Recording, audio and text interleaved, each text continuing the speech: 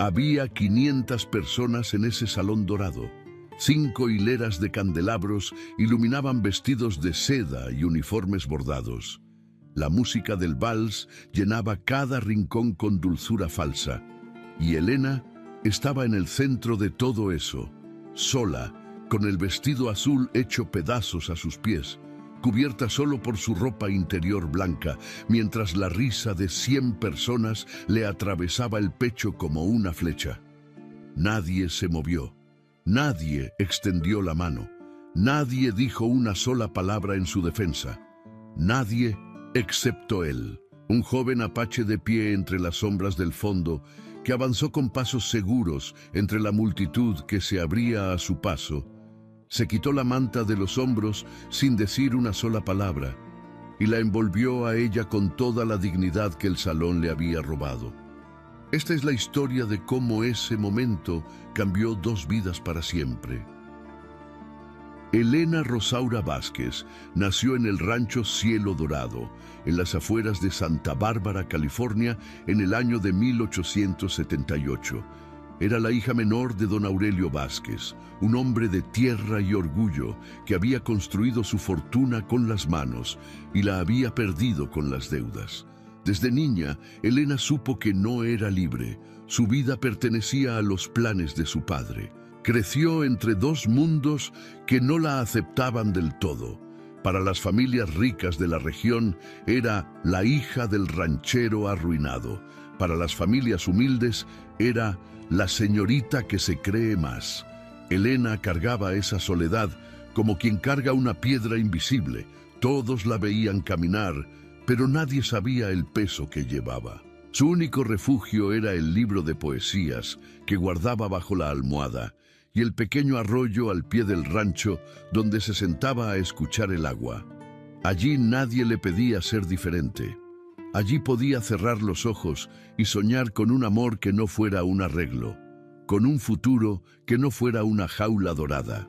A los 21 años, su padre anunció en la mesa de la cena, con la misma voz con que ordenaba el trabajo en el campo, que Elena se casaría con don Rodrigo Castellanos Fuentes, un hombre de 44 años, viudo 2 veces, dueño de media California y de una reputación que nadie se atrevía a cuestionar en voz alta. Elena no lloró esa noche, se quedó mirando la llama de la vela hasta que se apagó sola, y cuando el cuarto quedó en oscuridad total, tomó una decisión silenciosa. Ella elegiría. No sabía todavía cómo, no sabía todavía a quién, pero en ese momento frío y oscuro, Elena Rosaura Vázquez decidió que su historia la escribiría ella misma. Tauli no era un nombre que los rancheros de Santa Bárbara pronunciaran con facilidad, pero quienes lo conocían sabían que detrás de ese nombre había algo que no se aprende, una calma que venía de adentro, una fortaleza que no necesitaba demostrarse a gritos. Era joven, apenas 23 años, pero llevaba en los ojos la memoria de un pueblo que había resistido más de lo que cualquier salón elegante podría imaginar. Había llegado al valle 3 años atrás, trabajando como guía de ruta para una empresa de mensajería que conectaba los ranchos del norte con el puerto. Era conocido por su puntualidad, su silencio y su honestidad inquebrantable. Don Aurelio lo había contratado 2 veces para llevar correspondencia urgente, y cada vez Tauli había cumplido sin falta, sin excusas y sin pedir más de lo acordado. Fue en una de esas entregas cuando Elena lo vio por primera vez. Ella estaba en el portal del rancho con un libro en la mano, y él llegó a caballo con una carta importante para su padre. Sus ojos se cruzaron solo un segundo. Él inclinó la cabeza con respeto. Ella devolvió el gesto sin pensarlo, y algo tan pequeño como eso se quedó grabado en los dos. Durante semanas, Elena notó que pensaba en esa mirada.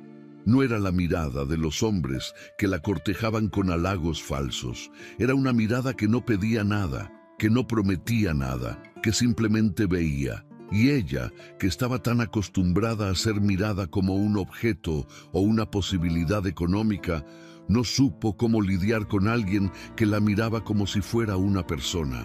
El destino, que a veces actúa con más inteligencia que los hombres, hizo que Tahuli volviera al rancho una mañana lluviosa con otra entrega urgente, justo cuando Elena estaba sola en el portal. Esta vez la carta podía esperar. Y los dos, sin haberlo planeado, comenzaron a hablar. Primero del clima, luego del camino, luego de todo lo que no se dice en voz alta pero se siente con fuerza. Los encuentros en el portal del rancho se volvieron más frecuentes en los meses siguientes. Elena comenzó a salir a revisar el jardín justo en las horas en que sabía que Tahuli pasaría.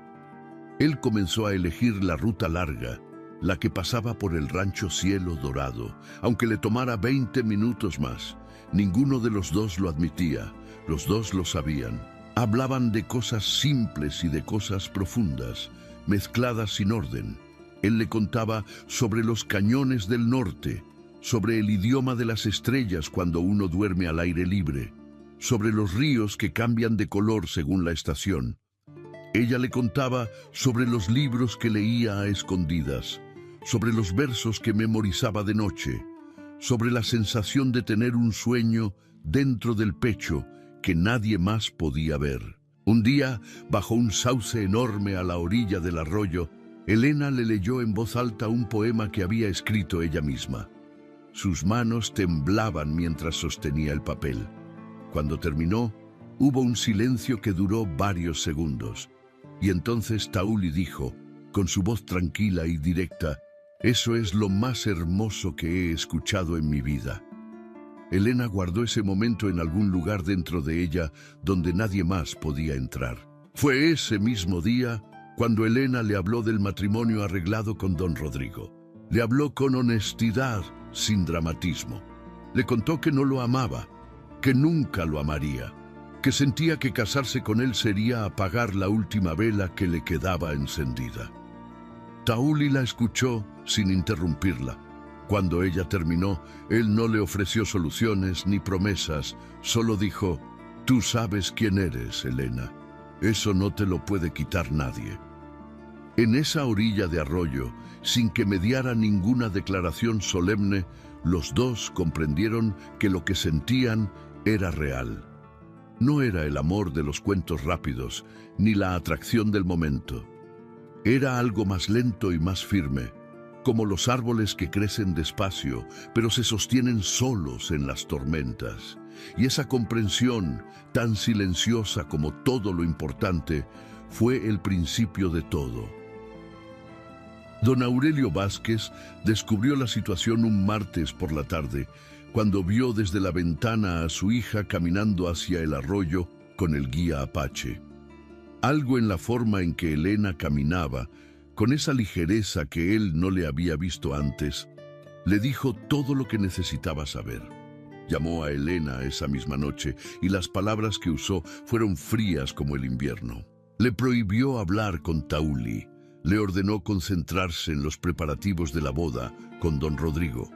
Le dijo que una mujer de su posición no podía andar por ahí conversando con un trabajador indígena, que eso era una vergüenza para el apellido, que ella debía ser agradecida porque don Rodrigo era una oportunidad que muy pocas mujeres tendrían. Elena escuchó todo sin responder. Pero esa noche, en lugar de llorar como habría hecho antes, Elena tomó papel y escribió una carta. No para Tahuli, sino para sí misma. Escribió todo lo que sentía, todo lo que quería, todo lo que temía perder si obedecía. Y al final de esa carta, después de páginas y páginas, llegó a una sola conclusión: que el miedo de decepcionar a su padre era más pequeño que el miedo de traicionarse a sí misma. A la mañana siguiente, Elena fue a buscar a Tahuli antes de que comenzara su ruta. Le dijo que no iba a casarse con don Rodrigo. Le dijo que quería construir algo diferente, aunque no supiera exactamente cómo. Y entonces, mirándola directo a los ojos, con esa calma que ella ya conocía bien, Tahuli le dijo: «Si eso es lo que decides, no estarás sola». 4 palabras, suficientes para cambiar el curso de una vida. La noticia llegó a los oídos de don Rodrigo en menos de una semana. Un hombre acostumbrado a obtener lo que quería no tomó bien el rechazo. Y en lugar de retirarse con dignidad, decidió que la mejor respuesta era una humillación pública. Organizó un gran baile en su hacienda, invitó a toda la sociedad de Santa Bárbara y se encargó personalmente de que Elena y su padre recibieran una invitación que era, en realidad, una trampa. La hacienda de don Rodrigo brillaba desde lejos esa noche. Los faroles iluminaban el camino de entrada y desde la puerta se escuchaba la música del vals mezclada con el murmullo de cientos de conversaciones. Elena llegó con su padre, vestida con el traje azul que había bordado con sus propias manos durante meses. Tela de seda con bordados plateados en el dobladillo, cada puntada hecha con cuidado, cada detalle elegido con amor propio. Las primeras horas transcurrieron con una calma que resultó ser falsa. Elena bailó con quien le pidieron. Respondió las preguntas con cortesía, sonrió en los momentos necesarios, pero notaba las miradas. Notaba cómo las mujeres del grupo de Inés Castellanos, prima de don Rodrigo, la observaban con una sonrisa que no era amable. Notaba cómo susurraban entre ellas. Fue Inés quien se acercó primero, con una copa en la mano y una sonrisa pintada en el rostro. Le dijo a Elena, con voz suficientemente alta para que las que estaban cerca escucharan, que había oído cosas muy interesantes sobre ella, que todo Santa Bárbara sabía que había preferido a un indio antes que a un caballero, que eso decía mucho sobre su clase y su juicio. Antes de que Elena pudiera responder, dos de las acompañantes de Inés actuaron con la rapidez de quien ha planeado algo con anterioridad. Con un movimiento calculado, tomaron las costuras del vestido azul y jalaron. La tela cedió. El hermoso bordado de meses se desgarró en segundos y Elena quedó de pie en el centro del salón iluminado, con el vestido caído a sus pies, cubierta solo por su ropa interior blanca, mientras las risas comenzaban a extenderse como fuego en pasto seco. El tiempo pareció detenerse. Elena no lloró, no corrió. Se quedó completamente inmóvil, con los brazos cruzados sobre el pecho, mirando al frente con una dignidad que nadie en ese salón supo reconocer. Por dentro, sin embargo, sentía que el suelo se abría bajo sus pies. Buscó con los ojos a su padre. Él miraba hacia otro lado. Buscó algún rostro amigo. No había ninguno, solo risas, señalamientos y el vals que seguía tocando como si nada. Tauli no había sido invitado al baile. Había llegado por la puerta de servicio media hora antes, con un mensaje urgente para el administrador de la hacienda, y estaba esperando en el corredor lateral cuando escuchó las risas. No era una risa de alegría. Era esa risa específica que tiene un filo, la que busca herir y lo logra. Conocía bien la diferencia. Avanzó hacia la entrada del salón y la vio desde el umbral. Elena, de pie en el centro, rodeada de seda, risas y crueldad. Vio su postura, los brazos cruzados, la cabeza levantada a pesar de todo. Y vio también, en la ligera tensión de su mandíbula, cuánto le estaba costando mantenerse de pie con esa dignidad. No pensó, no calculó, no midió las consecuencias. Tauli caminó hacia el centro del salón con pasos seguros y tranquilos, y la multitud se fue abriendo a su paso sin saber exactamente por qué. Tal vez porque algo en su forma de moverse no dejaba espacio para la duda. Se detuvo frente a Elena, la miró a los ojos solo un segundo y se quitó la manta de los hombros. Era una manta de lana tejida con hilos rojos, azules y café, con el patrón que su abuela había usado para proteger a los suyos en los inviernos del norte. La envolvió a Elena con cuidado, con los mismos movimientos lentos y deliberados con que se envuelve algo valioso. y luego se puso de pie a su lado, mirando hacia el salón, sin agresividad, sin provocación, pero con una presencia que llenó el cuarto de un silencio absoluto. Las risas se apagaron de golpe. La música tropezó y se detuvo. Todos miraban. Inés Castellanos abrió la boca, pero no salió ninguna palabra. Don Rodrigo, desde el otro extremo del salón, apretó la copa con tanta fuerza que los nudillos se le pusieron blancos. Y Elena, envuelta en la manta del guerrero, sintió que algo en su interior, que había estado a punto de quebrarse, volvía a ponerse en pie.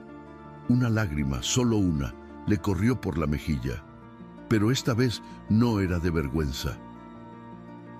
Salieron del salón juntos, Elena envuelta en la manta y Tauli a su lado, sin prisa, sin mirar atrás. Afuera, el aire fresco de la noche californiana los recibió con una calma que el salón no había tenido. Ninguno de los dos habló hasta que se alejaron lo suficiente para escuchar los grillos. Entonces Elena se detuvo, apretó la manta contra el pecho y dijo, con la voz todavía tensa, «Gracias». Él respondió simplemente, «No hay nada que agradecer». Don Aurelio Vázquez apareció minutos después, furioso y avergonzado. Le dijo a Elena que lo que había ocurrido esa noche era su culpa, que si hubiera obedecido nada de esto, habría pasado. Le ordenó que devolviera la manta, que se alejara del Apache y que volviera a casa a prepararse para la boda.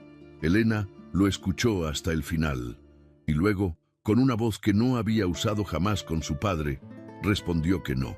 Fue la primera vez en su vida que pronunció esa palabra con toda su fuerza. No. Sin excusas, sin llantos, sin pedir permiso. Don Aurelio la miró como si no la reconociera. Tauli se mantuvo en silencio, un paso detrás de Elena, dejando que ella liderara ese momento que le pertenecía a ella sola. Y en esa noche oscura, entre grillos y faroles lejanos, Elena Rosaura Vázquez dejó de ser la hija obediente para convertirse en la mujer que siempre había sido en su interior. Los días que siguieron fueron difíciles. Don Aurelio cerró las puertas del rancho. Don Rodrigo extendió rumores por todo Santa Bárbara. Las familias con las que Elena había crecido dejaron de saludarla. Se encontró con que su mundo conocido se había reducido a nada de un día para el otro. Pero también descubrió algo que no esperaba, que cuando uno pierde lo que nunca fue suyo, lo que queda es lo verdadero. Lo verdadero era la señora Consuelo Madrigal, la vieja maestra del pueblo, que apareció una mañana en la puerta de la pequeña casa donde Elena se había instalado con lo poco que tenía, y le dijo, «Yo te vi crecer, Elena, y lo que hiciste esa noche fue lo más valiente que he visto en este pueblo en 30 años». Esas palabras fueron el primer ladrillo de algo nuevo. No había muchos ladrillos todavía, pero habían comenzado a aparecer. Tajuli no desapareció.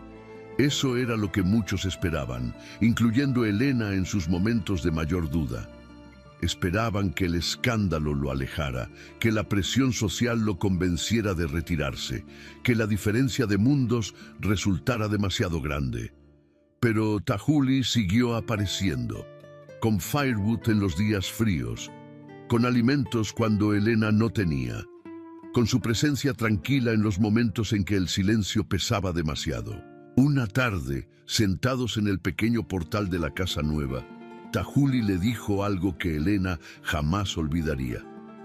Le dijo que su abuela le había enseñado que la manta no era solo abrigo para el cuerpo, que era protección para el espíritu, que cuando uno ponía la manta sobre alguien era porque reconocía en esa persona algo digno de cuidar. «Yo te vi esa noche», le dijo, «vi quién eras, y supe que era una persona que merecía ser cuidada». Elena le preguntó si no tenía miedo, si no le pesaba lo que la gente decía, los obstáculos que existían entre sus dos mundos, la incertidumbre de lo que venía. Tauli pensó un momento antes de responder. Dijo que el miedo existía, que sería deshonesto negarlo. pero que había aprendido desde niño que el camino correcto raramente es el camino cómodo, y que la pregunta no era si tenía miedo, sino si lo que sentía valía más que el miedo. Ese mismo atardecer, con el sol cayendo sobre las colinas de Santa Bárbara y tiñendo el cielo de naranja y rosa, Tauli le propuso matrimonio a Elena, no con un anillo costoso ni con palabras elaboradas. Le dijo que quería construir algo junto a ella, que quería que su vida tuviera los dos mundos, el de ella y el de él, no como una mezcla confusa, sino como dos ríos que se unen y se vuelven más grandes. Le preguntó si quería eso también. Elena tardó exactamente 3 segundos en responder, 3 segundos en los que toda su vida pasó frente a sus ojos. El rancho, los libros bajo la almohada, el arroyo, la noche del baile, la manta roja y azul, la voz de su padre, la mano de Tauli. 3 segundos. Y luego dijo que sí, con la misma fuerza con que había dicho no a su padre, con la misma certeza con que el agua sabe hacia dónde fluir. La boda de Elena y Tauli no se celebró en ninguna hacienda. Se celebró al aire libre, a la orilla del arroyo donde los dos habían comenzado a conocerse, bajo un cielo de octubre que amaneció más azul que de costumbre. La señora Consuelo Madrigal estuvo presente. También el viejo don Fermín Arredondo, el herrero, que había conocido a la madre de Elena y guardaba cariño por la familia con una lealtad que el tiempo no había borrado. Elena no usó un vestido de novia tradicional. Usó una falda blanca con bordados florales que ella misma había cosido, y sobre los hombros llevó la manta de Tauli, la misma manta roja y azul de aquella noche terrible y transformadora. La llevó con orgullo, como quien lleva un escudo, como quien lleva una historia.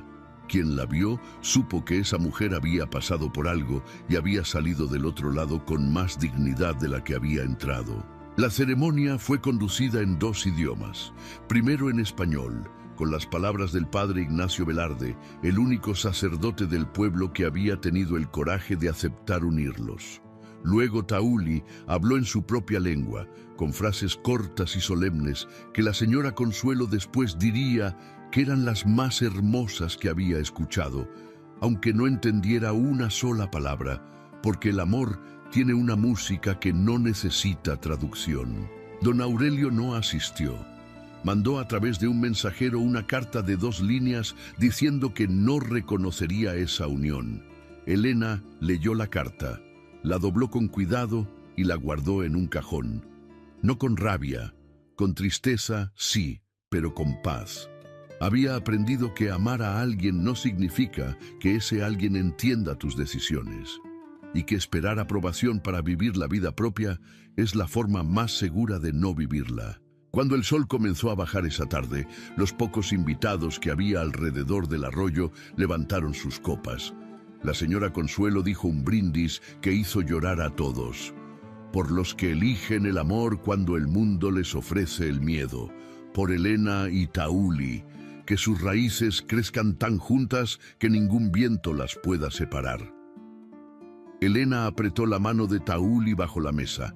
Él la apretó de vuelta. Y ese gesto pequeño fue más solemne que cualquier contrato. Los años que siguieron no fueron perfectos. Ninguna vida honesta lo es. Hubo temporadas difíciles, inviernos largos, momentos en que el dinero escaseaba y la incertidumbre golpeaba la puerta. Hubo días en que Elena extrañaba el rancho de su infancia con una nostalgia que dolía. Hubo días en que Tauli cargaba el peso de estar entre 2 mundos sin pertenecer del todo a ninguno.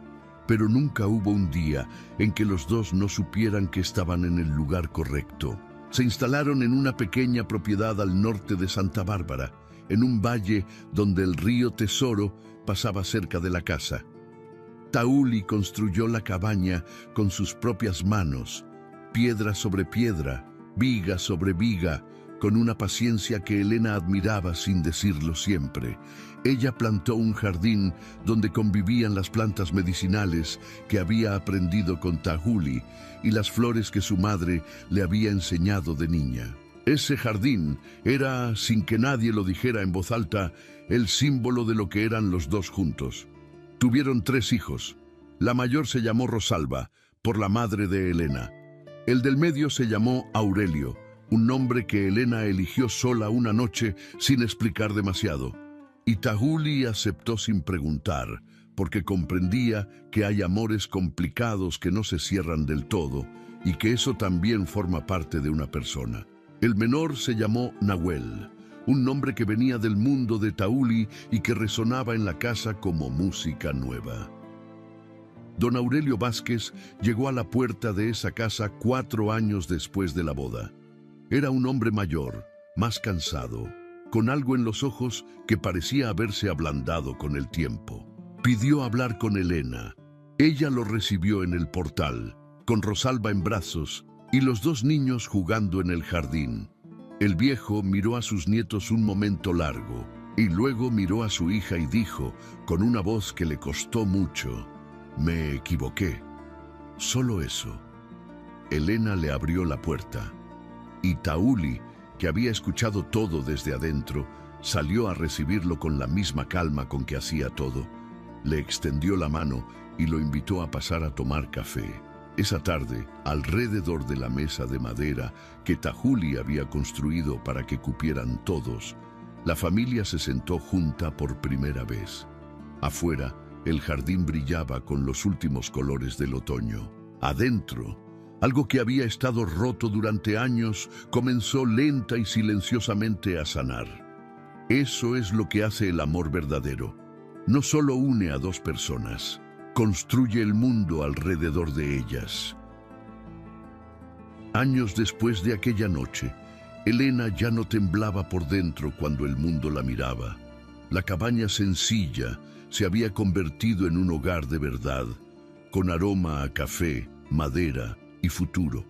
En el patio, Rosalba corría con sus hermanos, y sus risas parecían borrar poco a poco todas las burlas crueles que un día intentaron quebrar a su madre. Tahuli seguía siendo silencio y protección, no como quien encierra, sino como quien cubre sin asfixiar. Aún llevaba leña en los brazos, aún arreglaba la puerta que chirriaba, aún miraba a Elena como si fuera una elección renovada cada día. Y cada vez que ella dudaba de sí misma por un segundo, bastaba aquel gesto simple, su mano en el hombro, firme y ligera. Una tarde de otoño apareció don Aurelio Vázquez. No vino a exigir nada. Llegó pequeño, con el sombrero en la mano y la voz quebrada. «Me equivoqué». Elena abrió la puerta, no para olvidar, sino para cerrar, porque el perdón, a veces, no es retroceder, es impedir que el dolor siga mandando. Esa noche, Elena abrió el baúl y extendió la manta sobre la mesa. Rosalba tocó la tela como quien toca una historia, y Elena entendió, con una paz que no cabía en palabras. La manta no había sido solo un abrigo, había sido el comienzo de un legado, el día en que ella dejó de ser humillada y empezó a ser recordada. Y si te gustó esta historia, seguro te encantará la siguiente que aparece en tu pantalla. No olvides suscribirte a nuestro canal, dejar tu like y activar las notificaciones. Nos vemos en la próxima.